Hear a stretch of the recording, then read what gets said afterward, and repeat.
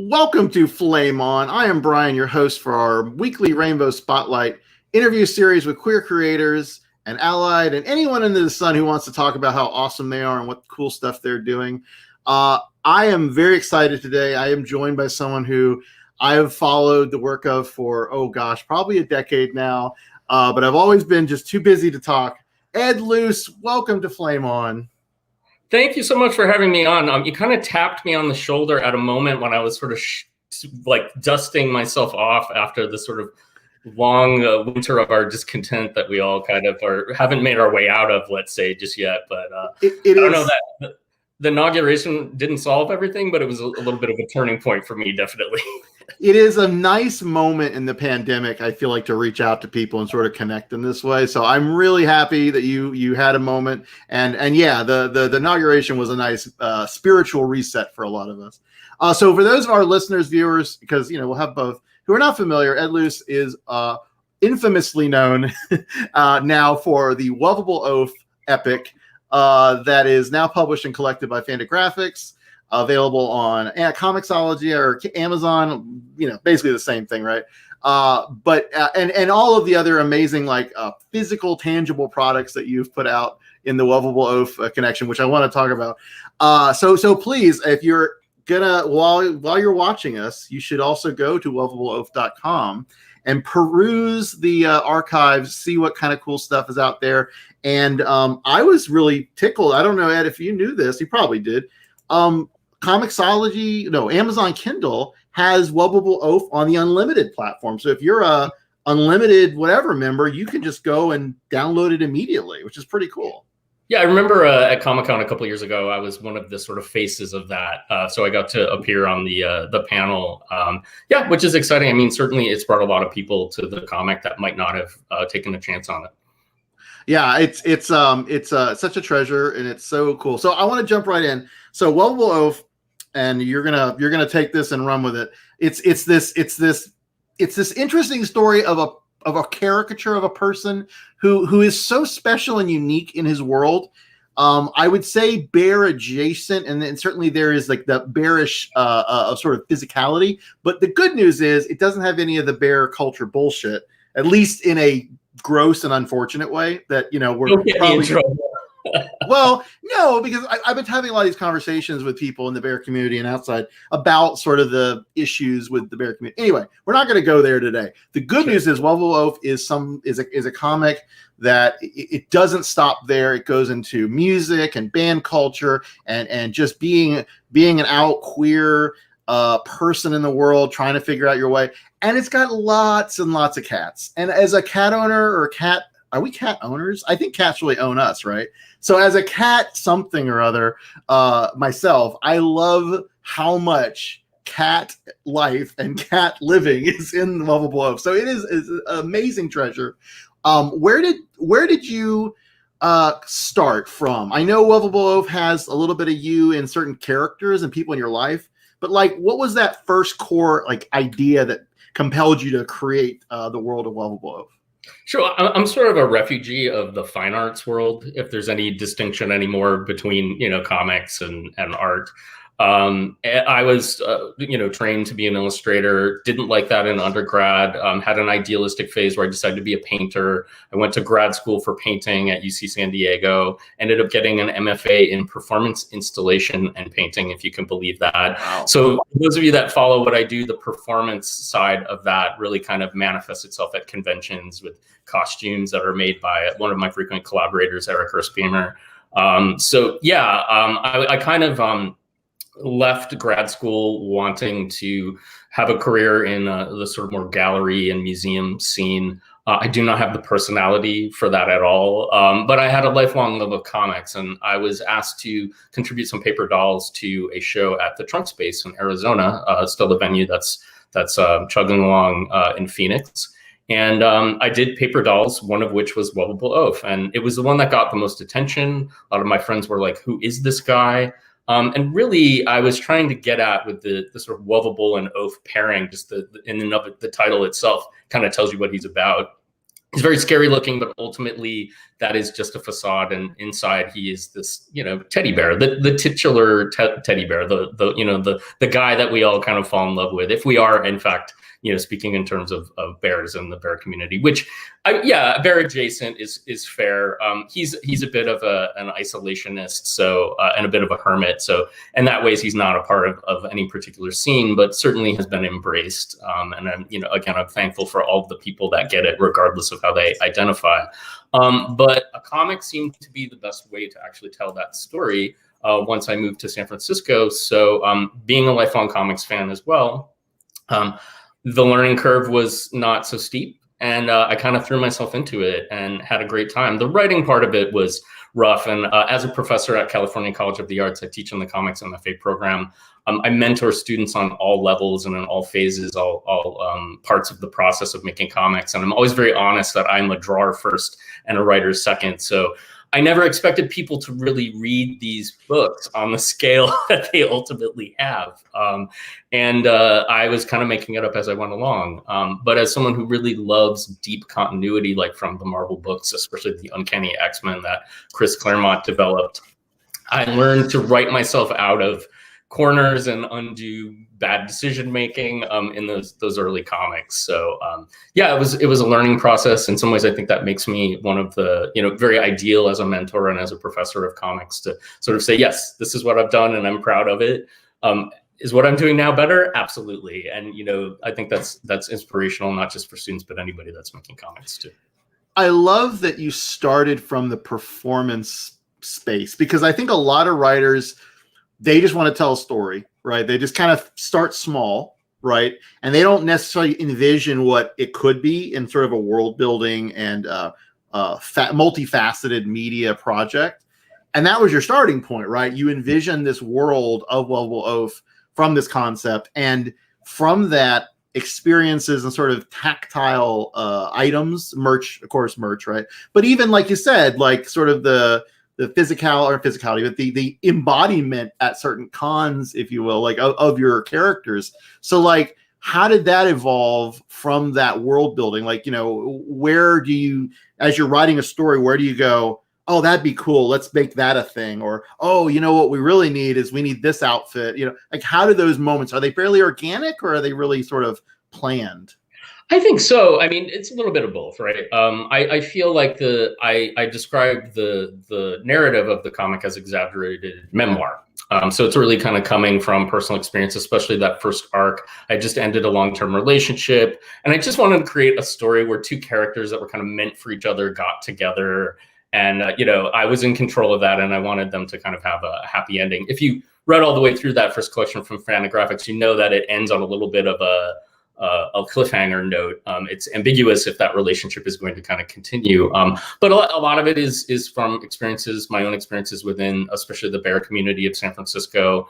So there's kernels of truth sort of strewn throughout it. A lot of the characters are based on people that I had known, guys that I had dated, close friends. My husband is a little papa. So I'm pulling kind of from my experiences. And again, I'm just trying to narrativize it in a way that my own life isn't all that interesting. If I were to write a straight memoir, it would be the most boring thing on the planet. But I try and inject humor. I'm very influenced by episodic television, in the golden age of TV, the character arcs and the type of world building that goes on in that. Obviously, I was a big fan of The Simpsons and South Park and some of these shows where the creators are clearly just shining lights on corners of the world. And that was very much my own philosophy as well. So yeah, I mean, we can get even more specific than that too. I'm a sort of huge heavy metal fan, to my detriment most of the time in the gay community, I would say sometimes. So a lot of that perspective, a lot of the story writing comes from like, okay, what haven't I seen before? How can I kind of tell this story from my specific perspective that hopefully other people will respond to? One of the ones that maybe hasn't aged so well is an Eiffel story where he brings a friend to a death metal show and kind of lets him know the secret of how he gets to the front and doesn't get his ass kicked by all of the people moshing. So I'd never seen that story before, and I just kind of wanted to tell it and hopefully, bring in people with a similar experience, or again, maybe say this is kind of what it's like. if you're gay and you're a part of the scene and you didn't know that. It's interesting because I'm a musician and I've been in like concert environments, bar gigs, all that, but it's not the heavy metal or death metal or whatever domain. So to me, seeing that world through the Oaf's character's eyes and also Ejaculude and Eiffel and all of the people involved, like it was really eye-opening because it is so familiar, but also so different in a lot of ways from like, the Southern rock bar gig Buffett parties that I play, right? But I mean, it was really cool and it felt very genuine to see a band, and specifically Ejaculude, sort of formed around this very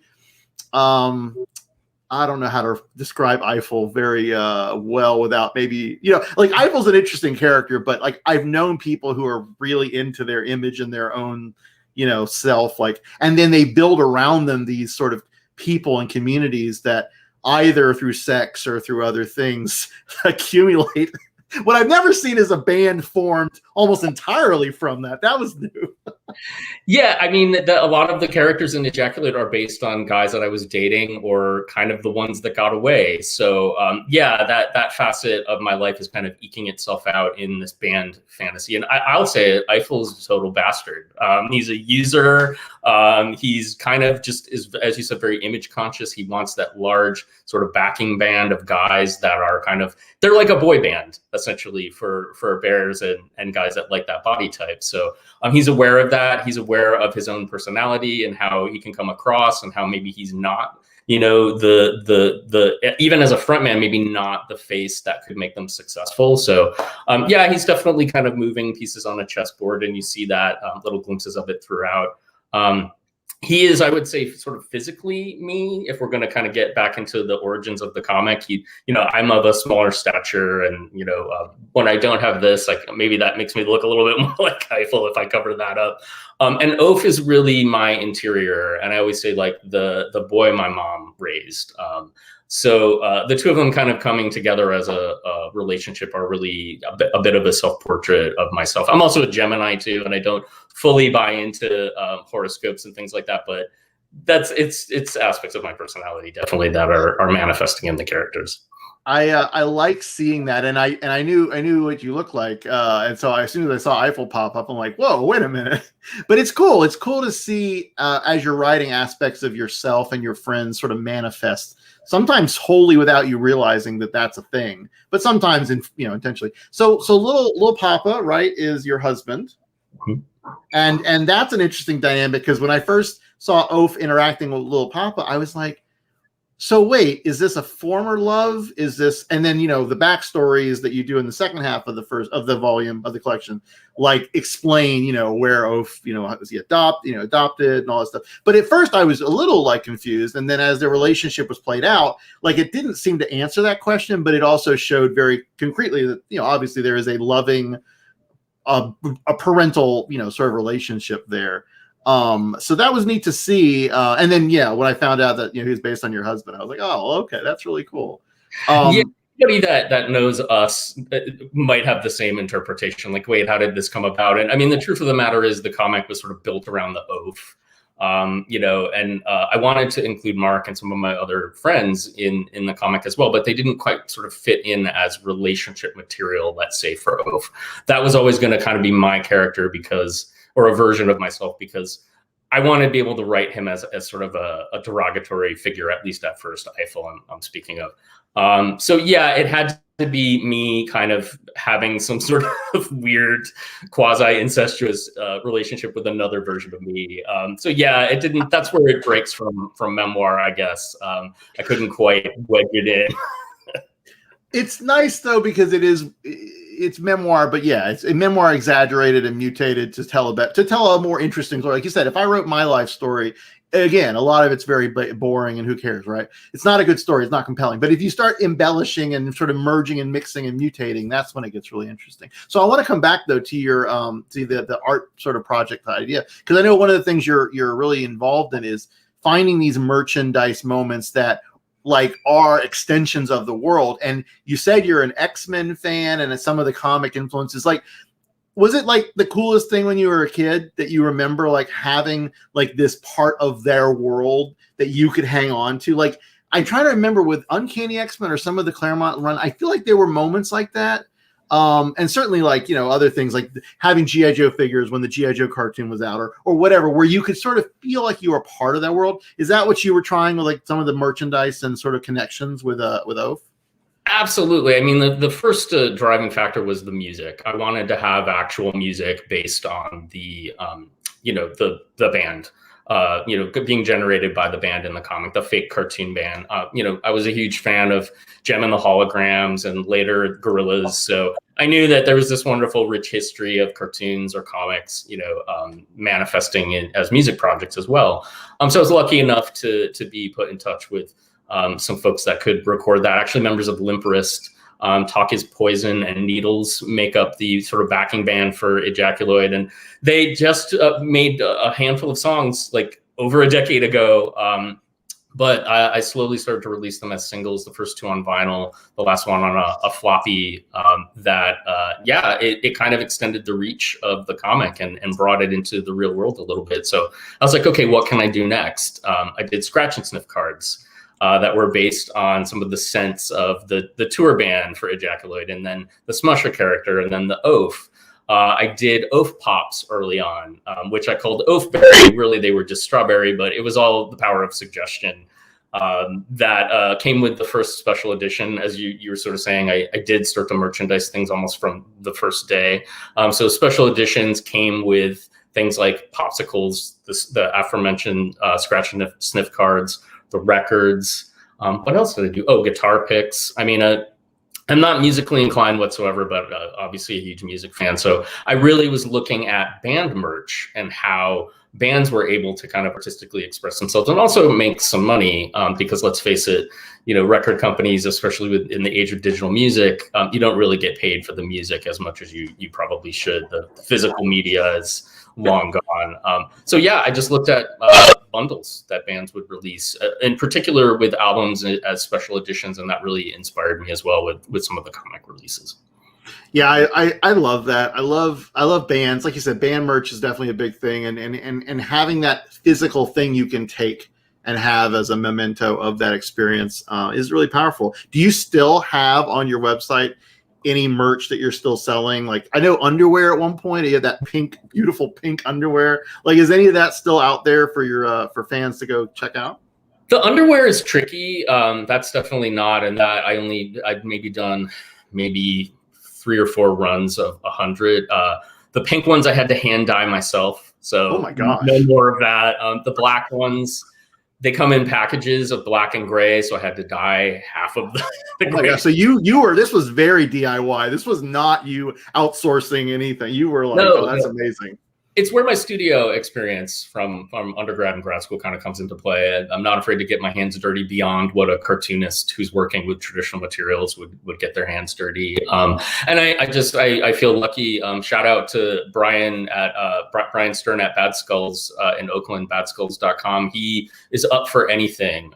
He's printed my t-shirts. He's printed glow in the dark ink on some of my covers. Oh my gosh. I'm trying to think of what else. We did a do-it-yourself sort of a pillow doll that you put the art facing, and then you sew, and then you turn it inside out and stuff it. He went with me to a fabric store and was like, this is the stuff that we need, and then screened it all for me. So I've been really blessed to have collaborators who've been able to extend my reach. I don't have any sort of sculptural skills or music skills, but I think that's what putting your work out into the world is all about, is seeing who responds to it and asking them if they want to kind of come along for the ride. And as I said, Eric Earthspammer has been the most incredible, superb collaborator over the years. He's the one that has made all of my, I guess we call them inaction figures. But he taught himself to render them digitally, cast them, 3D print them, and then cast them. And, for Comic-Con, it's hard for the little guy, indie cartoonist at all, to kind of hang with the big boys at Comic-Con. But every year, he's been able to kind of put something together that has allowed me to, be the counter program. I always say that on my grave, it will say Ed Luce counter programming. And that is because of some of the, the cool things that I've been able to offer that I've collaborated on with other people. That is so cool. Yeah, I love any time that you can collaborate with others and kind of fill in the gaps or the things that you need help with. So we have a bunch of comments. I can't ignore my comments any longer sure, here. We got Taylor Jessen with just nonstop Ed. Great comment. Taylor, I only see Taylor at Comic-Con. Hi, Taylor. Aw, yeah. And this past year, the virtual Comic-Con for San Diego was just not quite the same. But I'm guessing it's probably that way again this year. I did it last year. It was fine. Yeah. I set my checkout for this year. It'll probably be the same thing. So I have high hopes for Emerald City only because they pushed it to December. So I'm hoping that by then there can actually be an in-presence Comic-Con here. But who knows with the world right now. Matt Broussard, our friend there. So many fun ingredients in your comments: heavy metal, wrestling, queer bar culture, San Francisco observations. Truly rich with Easter eggs and nods to stuff I recognize. Amen to that, right? I an amazing artist as well. Yeah. Oh, yeah, 100%. I love Matt to death, and he is an amazing artist that we love. Our buddy Bill Zanowitz is here from Comic Book Bears. He actually has a question. So he said if you're up to it. I think the answer is yes. So Bill, feel free to put that in there. But Matt also is saying, it's small in stature, but creative giant. Agreed, 100%, right? Thank you, Matt. And this is a good follow-on to your DIY dolls. Are they stuffed with cat hair or chest hair, or is it up to the doll maker? This is going to sound really gross, but for the first, I'm going to say several years of the Oaf comic, I was collecting my husband's chest hair. We would shear him in the summer, and I would collect it into bags. And I was thinking, why are we doing this? Like, it would take 100 years worth of clippings to fill one doll. So the answer is it's fiberfill. Sorry. I think that okay. So I'll give you my little quick journey here. First issue, first impression, I'm like, this is not what I thought it was. Only because I had seen the Oaf character in various little glimpses, but I hadn't actually read the comic. And it was just like, wait, what? And then he's clipping his hair or he's shedding his hair, right? And then it just pops back in. And then the cats are licking him. And so that first issue is very sensory. I got a lot of sensory from it. Even going to the gym and how he gets really stinky. Like there was such a rich just sensory experience. And I really thought that was cool because your art style is already really a nice, it's beautiful line, very kind of like classic cartooning. Got a little bit of Brian Lee O'Malley-ish, kind of like that Scott Pilgrim. But it just sensory wise, like I just got such a delightful, not always a good scent, depends on what you're into, I guess. Sure. So it's very fetishy. Yeah, I didn't realize that until later. So, well, no, but this is the funny thing. As I was telling my boyfriend about this, it's maybe fetishy and fetish adjacent, and certainly sensory. I mean, some of the in the collection, of course, what's his name? Troffer. What's his? Oh, Trophy. Yeah, Trophy. And we've all been there. We've all seen in the anyway. But that's something that you tell, but you tell it in a way that is not. I wouldn't say it's PG, but it's something you don't get explicit. You really err on the side of like no hardcore, nothing there's one penis shot that I noticed in the collection, and that was it. And I was like, that's really interesting. So at what did you kind of early on say, I'm not going to go full into the erotic sort of porn side because I want it to be sort of more of a over I don't know, what was the decision like for that? Yeah, I had a lot of dumb answers for this question when I first started out. I had sort of said, well, there are other people who do erotic comics. I'm going to leave it to them. The truth is, I think that the other people that do it way better than I could ever possibly do it.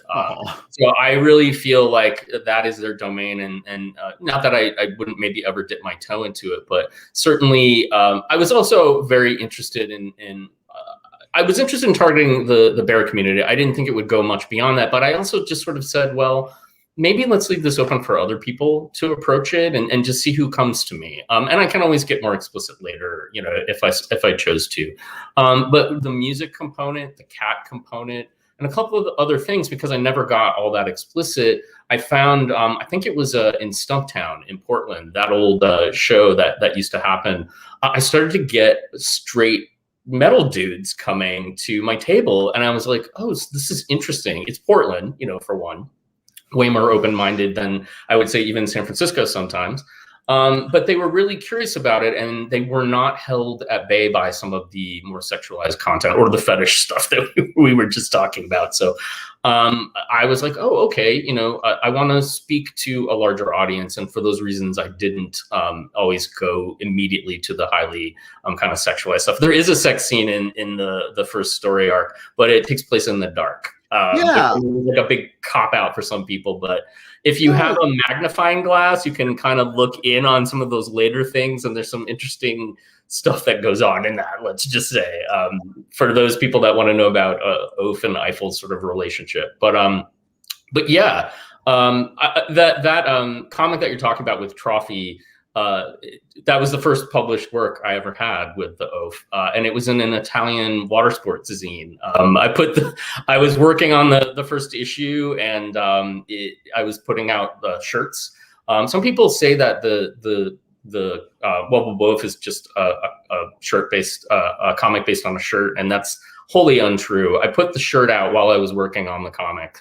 It kind of maybe was the first thing a lot of people saw, but it was always going to be a comic. So they had seen that, and they asked me to kind of participate in that. So that extremity was early on, but it was something that you know, didn't necessarily happen for the rest of it until maybe some of the later issues. That is so funny. I had no idea. And reading the collection, obviously that's not a thing, but that explains so much. And it's such a believable moment in anyone who's ever been to a bar, especially usually a bear bar, with a trough and that whole situation. And it's like the first time I encountered that, it was Santa Claus, and it was literally a guy, you know, with the full look and a Santa hat. And we're like, and I had never seen that. I didn't understand it at first. And then I was like, okay, cool. But you'd handled it so well. And then the sex scene, what I loved about the sex scene is that you don't show the detail. As much as I like erotic comics and you know, porn comics, I like not knowing all of the details and sort of reading it and sort of hearing the sounds and sort of imagining my own. That's a really powerful experience for someone who's being a participant in that moment in a story. So I think it was the right call. Yeah, I mean, at a certain point, as the readership kind of expanded, I sort of had to say, well, it's kind of my responsibility as a creator to let people have that interior sort of interpretation of who the Oaf might be for them.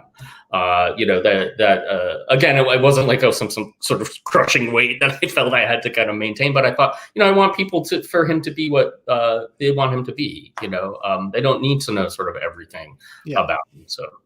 I like that. So let me go back real quick here.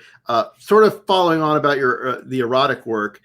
Taylor asks, you've talked a little bit about the first erotic party career. Does any of that stuff still exist in the form of paintings, or did collectors buy all that and hide it away?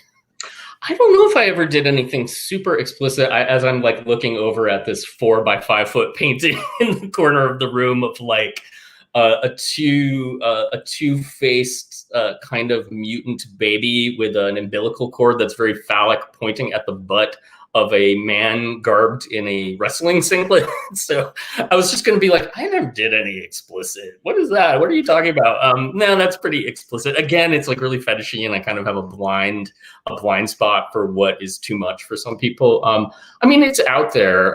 Definitely, I was in a museum show, you know, back when I was a fine artist. So some of that is out there. I just actually put up a bunch of pipe portraits on Instagram. Yeah, 17 years ago. That's not explicitly erotic, but certainly it was all about you know, drawing the chest hair. That was very much my training wheels, my sort of endurance test for drawing the intricate hair patterns that are all over the place in the Oaf books. But yeah, beyond that, I mean, I definitely did some wild and crazy stuff in grad school that was more on the performance realm. But again, most of that is pretty buried. But if you look, you can find some old pixelated JPEGs from my live journal days where I was posting that kind of stuff. Oh, live journal days. Oh, we all had those. I wanted to show at least one example because your chest hair attention to detail is remarkable. I don't actually, it won't let me zoom, but yeah, there's Attila. And a lot of your characters obviously are her suit. So you have this, great pattern that you do. And I think there's like a video I think I found on, maybe it was Instagram, that has you going through and like doing each little crosshatch, and it's impressive. Anyone who's ever done it, and I am not at all I have no ability. As much as you may have no musical ability, I have no drawing ability. But I appreciate the process because I've watched my friends and they just sit there and it's so amazing. It's very meditative. I mean, it's the last thing I do on most of my drawings. It's kind of my treat to myself, and I just kind of go into the zone and do it. It's kind of ASMR-y for me in some ways. So I like that it's meditative, though. No, because any kind of like that repetitive thing would have that. So a couple more comments here and questions. Of course, our buddy James Figueredo, welcome. Great, good evening. Hi, James. Great artist himself, also doing this fantastic series of X-Men caricatures on Twitter and Facebook. So if you like X-Men, I know Ed, you do as well. Like, good stuff, really cool every day. It's really impressive. So Bill asked this question, and it's a musical one. So musical influences ranging from the Pixies to metal are part of what makes it so special for Wuvable Oaf. Since you mentioned Gorillaz a little bit ago, what is another music or act that informs your work, which may surprise us? Oh gosh, that is difficult. Like, that's outside of metal. Well, I mean, for me, Morrissey, as soon as I found out that Wuvable Oaf was not only a metal person, which I think I kind of gathered, but the Morrissey thing. And then I love Eiffel's remark about, like, if we get serious or something, we're going to have to do something about They Might Be Giants, which I took offense to. But then again, Eiffel's kind of a bastard. So I was like, all right, well, that's understandable. But I love that Wuvable Oaf loves They Might Be Giants. Well, that's all stuff I love too. Yeah, I mean, definitely. If you come at, I don't. I mean, and it's all around me, behind me, right? I think I have cultivated this personality as like the heavy metal guy, and that's my brand and everything. But no, I love all that. I love Jonathan Richman. I love They Might Be Giants. Weird Al, when I was in college, was the best concert I saw in the entirety of my college career, and I was like in fishnets at industrial shows during that time period. So yeah, I mean, I love all forms of music. I know that's sort of a cliche to say. I just kind of pushed the Oaf stuff forward a little bit more. I mean, Phil Collins, that's another really big one. He occasionally appears as a sort of love interest for Oaf in those comics. So I don't know, Bill. I don't know if I dodged your question or not, but definitely just pop music in general from the 80s, definitely inspires me. I'm in the midst of writing a sort of origin for Eiffel and his first sexual experience and his first boyfriend in Southern California. And his song that he has with his death metal boyfriend, his favorite song is Freebird, Baby I Love Your Way by Will to Power. That's their couple song. And they each sing the separate parts to each other and kind of perform it to each other in this scene. So yeah, I mean, it's all a soup of music. It's just I tend to turn up the volume on the metal a little bit more. But I have to address the Morrissey thing for a second because it's something that was really big in my work early on. And I wanted Oaf, part of his sort of sensitive side was to be really in touch with his feelings via Morrissey. Boy, has it been hard to sort of talk about that over the last, I would say, even decades. Some people would say before that. Yeah. I've thought about doing a comic where he Oaf kind of disavows Morrissey. But instead maybe picks up another artist like Orville Peck when Orville Peck did this. New Morrissey for Oaf. Do I do a one-pager on it? I hope that people that read the Oaf comic can kind of see when it was made and sort of see that his recent political leanings were not a part of my calculations or my life, back when I was writing those comics. I mean, the book came out in 2015, but the stories that I was writing with Morrissey were from like 2008. So there's the span of time in the 7 short years. Morrissey's fall from grace has been pretty spectacular. It's been spectacular, right? So that's actually interesting. So my boyfriend's a writer, and we talk about this a lot. How do you negotiate the sort of minefield of not to say woke culture as like a minefield, but just understanding and being really aware of the voice of the writer in the world we're in now, and specific issues that obviously we need to give more attention to and we need to handle better? Like, how do you approach that? Do you like take a step back and not write certain kinds of characters that you can't authentically talk to, and then only focus on really the world that you can, or how do you negotiate that? It's a really great question. It's something that I often field in my work as a mentor at CCA.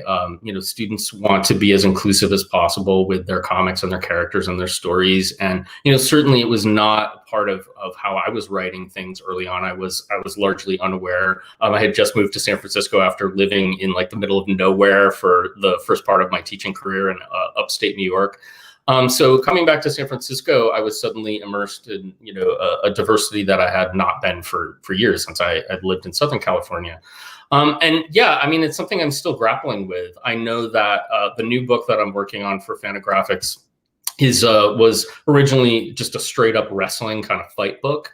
I'm a huge fan of pro wrestling. I've become more of a student of it than I was when I was a kid, and I was buying the toys and taping it on TV, and have been especially excited, not about the WWE stuff. They don't get my money. I keep tabs on it for kind of story writing purposes through YouTube.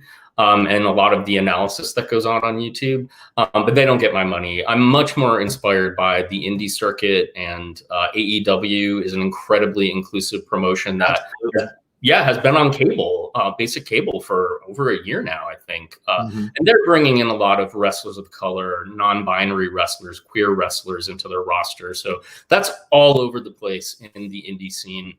And again, I've become kind of a student of that. I love Effie. I love Visage, Sunny Kiss. There are just so many really awesome queer wrestlers out there right now. So that has been my way of, trying to write a more diverse book, is to put wrestlers in this more progressive wrestling roster. WANC is my wrestling roster, the Wrestling Association of National Champions. I love that. It's taking place in the 90s, so really that conversation would be taking place alongside what I view to be at least my sort of golden age of queer cinema and representation in television. A lot of the films that maybe haven't aged so well now when you look at them were really speaking to me when I was still closeted. The Birdcage, In and Out, all of the sort of usual suspects. Yeah. Will and Grace. That was for a lot of people the first queer characters that they were seeing in any kind of media. So this wrestling league that I'm creating is sort of reflecting those times.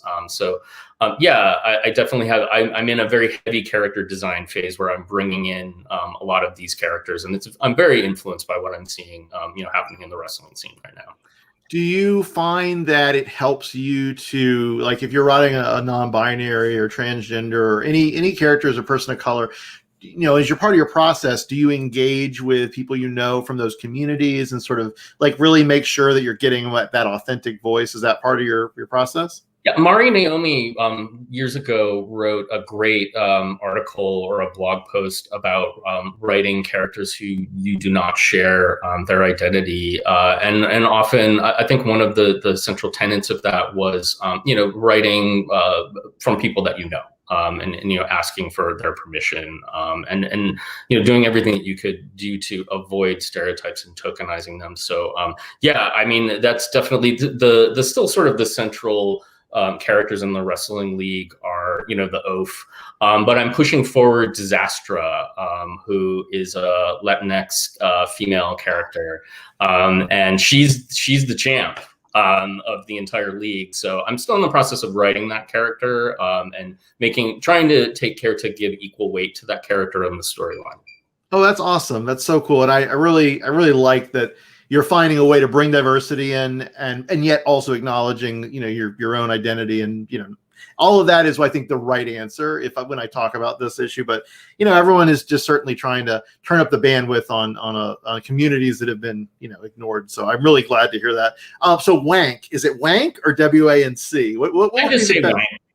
Yeah, and it's funny, the book, when I first sort of pitched it to Fantagraphics, I had Rise of Goteblüd as the title, but then I thought, well, if I want to kind of make a splash, maybe it should be Wank.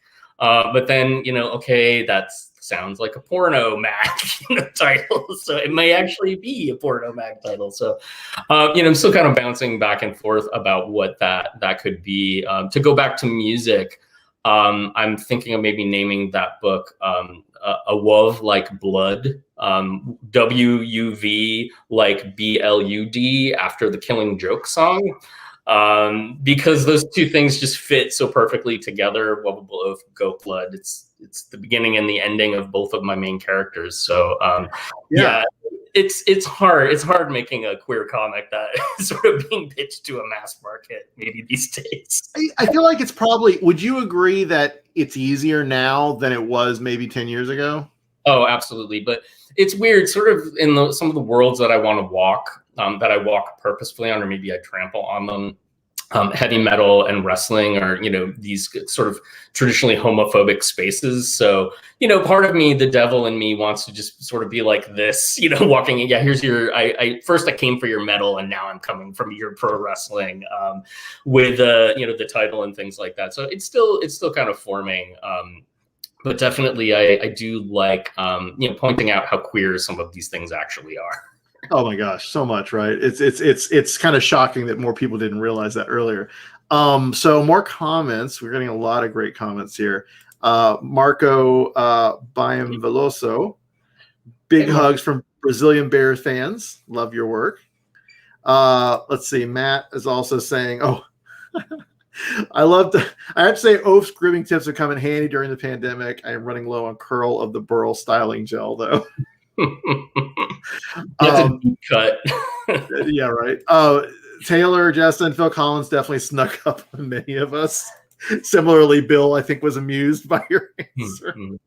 And then Phil Collins was awakening. Yeah, a lot of people had an awakening with Phil Collins. I totally understand that. As much as I like the big sort of bearish guys, I do have a weakness for like the shorter sort of furrier guys like Bob Hoskins and definitely Phil Collins. I'm trying to think of who else. There's like a little sort of subset of like mini bear celebrities and musicians that I definitely am into.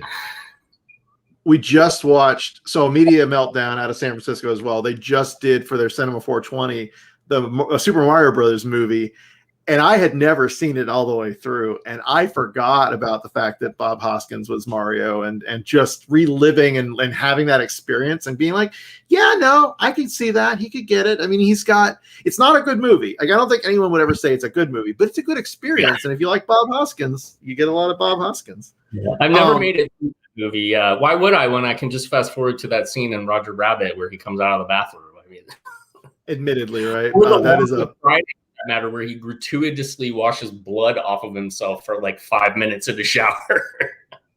It's one of those moments when you were younger where you just didn't realize until you're like, oh, this is my thing. Lima Nito, I hope I'm saying it right. Hello from Brazil. What about Stephen Merritt? Absolutely right.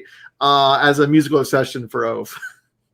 Definitely, I feel like I've had to have made magnetic fields references somewhere in the Oaf comic in the past. I met him once exactly in New York City. He used to have a bar night. I forget at which bar it was, and managed to tell him I was a huge fan, and he was not amused by that. Sometimes your favorite musicians.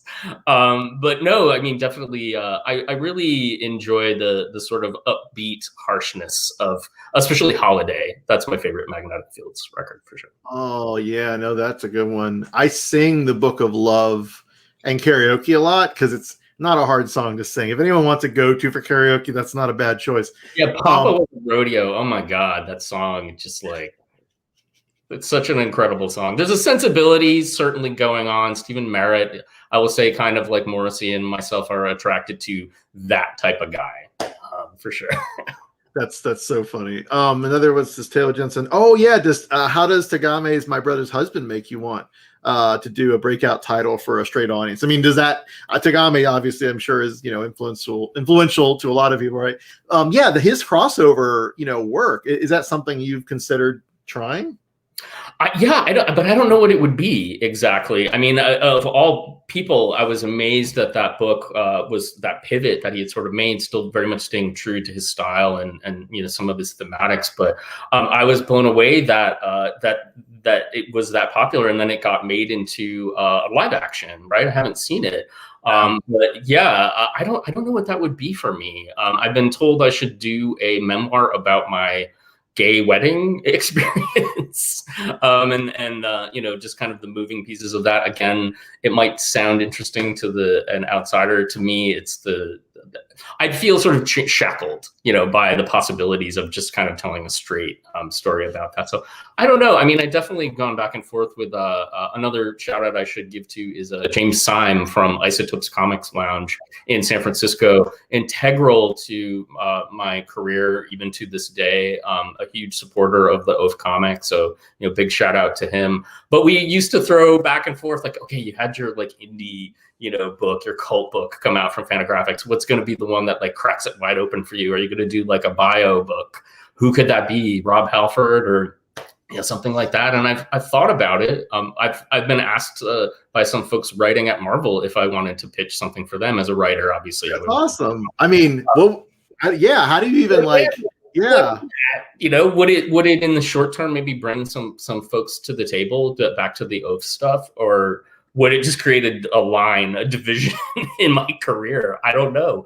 Every time I sort of think about it, I just go, oh, let me go back to drawing this wrestler that I'm really into, or let me, write this story, about Eiffel's childhood that it never occurred to me to write before. So I don't know. Yeah, I guess while I want that level of success, I feel like I was going to compare myself to John Waters, but then even John Waters had his huge, big blowout, movies that were a little bit more mainstream. So I don't know. I mean, it's not outside the realm of possibility, but my energy and my time and my passion has really always been targeted at the Oaf and related projects. So I don't know. I mean, suggest it. If anybody's out there wants to kind of pitch something to me, has an idea, you know where to find me on social media. Yeah, well, let me put your website back up while we do that here. So I know you had some false starts and sort of some misadventures, let's say, with Oaf in terms of other media. Like, where do you see, other than more stories from you and works, like where do you see Oaf, or what have been some of those misadventures with the character? Yeah, I mean, everybody who puts a comic out at some point gets asked, "Oh, are you going to turn it into a cartoon?" Adult Swim, and certainly people that have really looked at what I do and absorbed it could probably see that running in their head. And the answer is, it almost happened. We came really close. I signed the paperwork. Going back to 2017, I was in LA for an art book fair and had been approached by a studio, a development company. So I went in. I had a sort of an amusing experience in the waiting room, in the sort of reception area that I thought was going to sort of bless my experience, and it just sort of seemed like the Hollywood gods might be kind of smiling on me. And this might sound really douchey, but it's a good story. I'm sitting there waiting, like nervous. I didn't realize it was sort of a pitch session. Like, I'd never done that before. I haven't even done that for Fantagraphics. Not a formal one anyway. So freaking out and sitting in the reception, and Tim Heidecker comes in and sits down next to me. And, I'm sort of a fan of Tim and Eric. It's not exactly my sense of humor, but I know who he is. But I'm also learned from my previous experiences approaching musicians that I like, don't fangirl out. Don't do that. Don't go there. Then Fred Armisen comes in and sits down across from him. And of course they know each other and they're chattering away. And I'm just like, I can't believe this is happening. I'm here for my like goofy cartoon pitch. And at a certain point, they sort of turn to me and I just say, I'm sorry to do this to you, but I'm a fan of you both, especially Fred Armisen. And we sort of got to chatting and had an instant connection over Bob Mould. Fred Armisen was like, "Do you know Bob Mould?" And I said, "Oh, I've done a T-shirt for him." And I told Eric, I'm sorry, I screwed that up. I told Tim that Eric was big in the bear community. So we had sort of had a little back and forth with that. It was a nice icebreaker before I had to kind of go in and give the pitch. But they were into it, and I got my sort of development agent involved in it. We went through numerous rounds of the contracts and everything. I signed them. We were interviewing writers, queer writers, which was great, because definitely wanted that voice to be front and center. There was sort of no compromising on that, and the development folks knew that, and they knew that the success of this project was going to be related to how authentic that voice was. And I certainly am not any kind of script writer, at least on that level. So it was going really well. We had just interviewed somebody, and the person I was working with called me, I thought, to process that most recent interview, and they called me to say that the main parent company had closed the studio down, and that was it. So this was approximately sort of 2 years later, and I had kind of let some people know privately that this was kind of moving forward, and it could end at any time. And I always said that in the same breath. But I didn't really, I didn't really think that it was. We all kind of talk ourselves and fool ourselves maybe into thinking, because it just seemed so perfect, and it seemed like it was progressing in the way that it should. But for every 100 shows that get optioned, maybe 2 move beyond that. So I just sort of had to say, okay, time to pick myself up and focus back on the comics again. It was sort of challenging and disappointing, and I was glad that it didn't get hyped too much beyond that.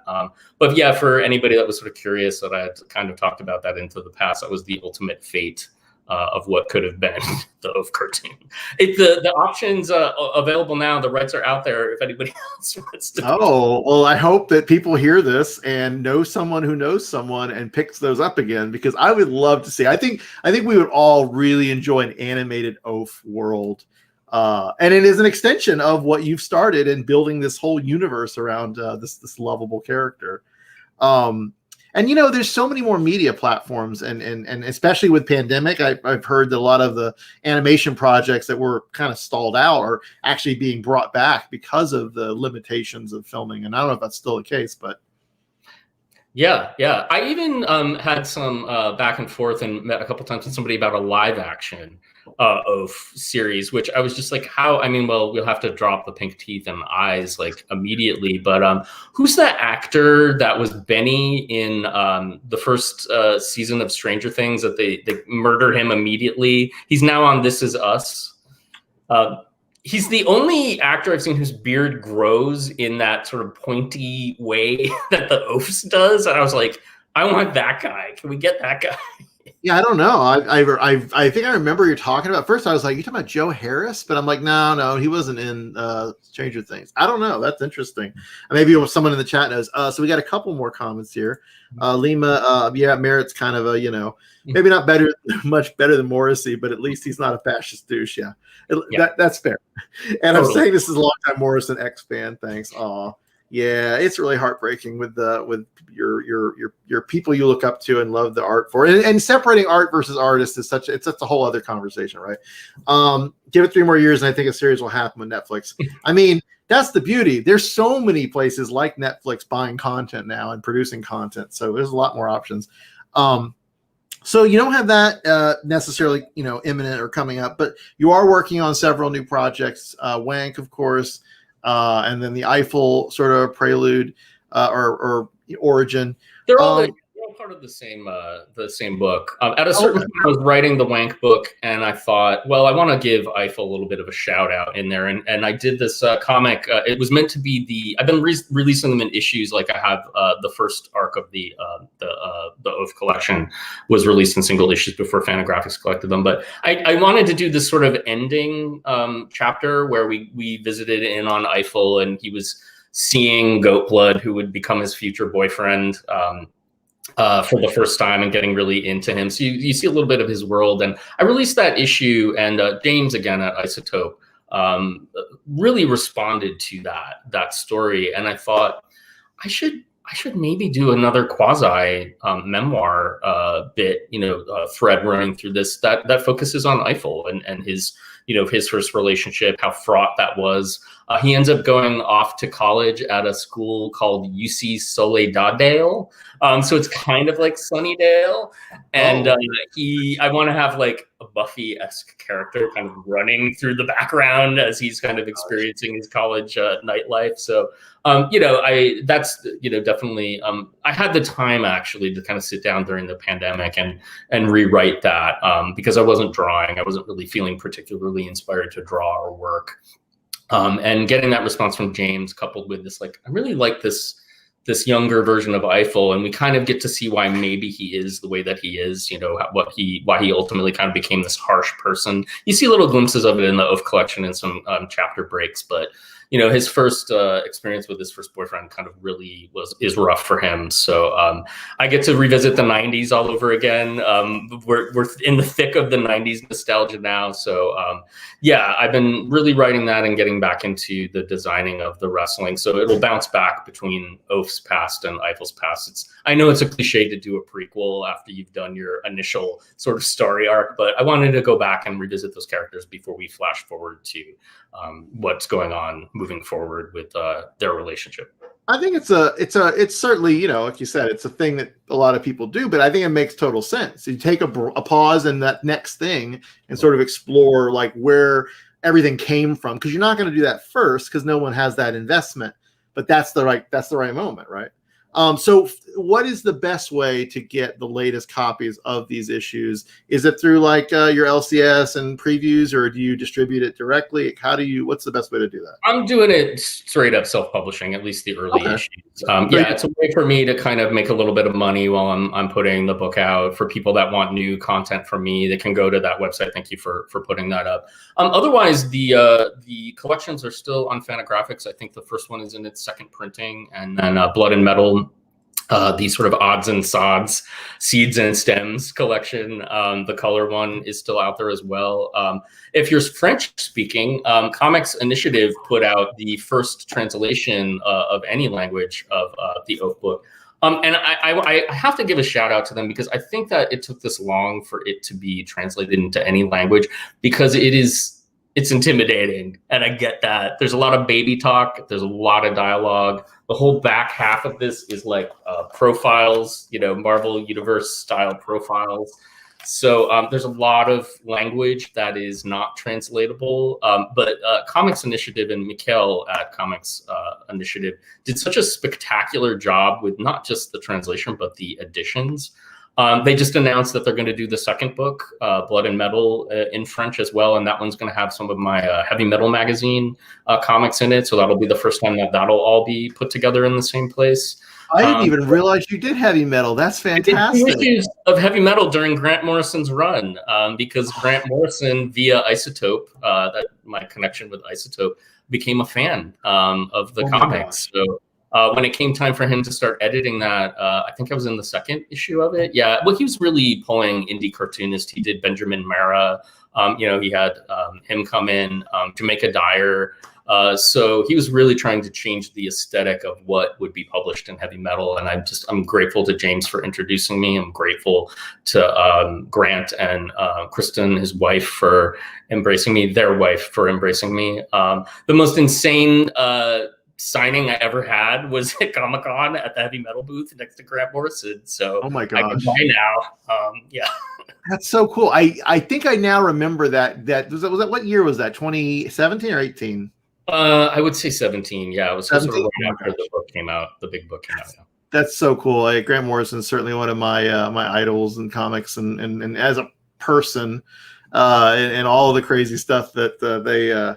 I didn't know their pronouns changed till you said that. So they did. Within the last couple months, yeah. So this is the first time, again, like pandemic feral. I'm pandemic feral right now. Not talking to anyone other than my students and my husband. And I stole that from James. I need to give him credit for that if he watches this. But yeah, just kind of re-socializing and speaking to other human beings. Yeah. Well, you're doing great. I really appreciate so much of your time. I know you got dinner on the way, so I'm going to let you go. But I do want to clarify. Matt did look it up. Chris Sullivan. That's the guy. Yeah, that's him. All right. So we'll all go Google that for our spank bank later, right? Ed Luce, thank you again so much for being on. Again, the website is very easy to find. It's wuvableoaf.com. And I'm so excited for more of Wuvable Oaf's adventures and all the gang. I'm so happy that you're still making this world, and I look forward to seeing what's next. Thank you so much, Brian. Thank you for your time. Thank you for waking me up out of my stupor. Oh, anytime. Take care.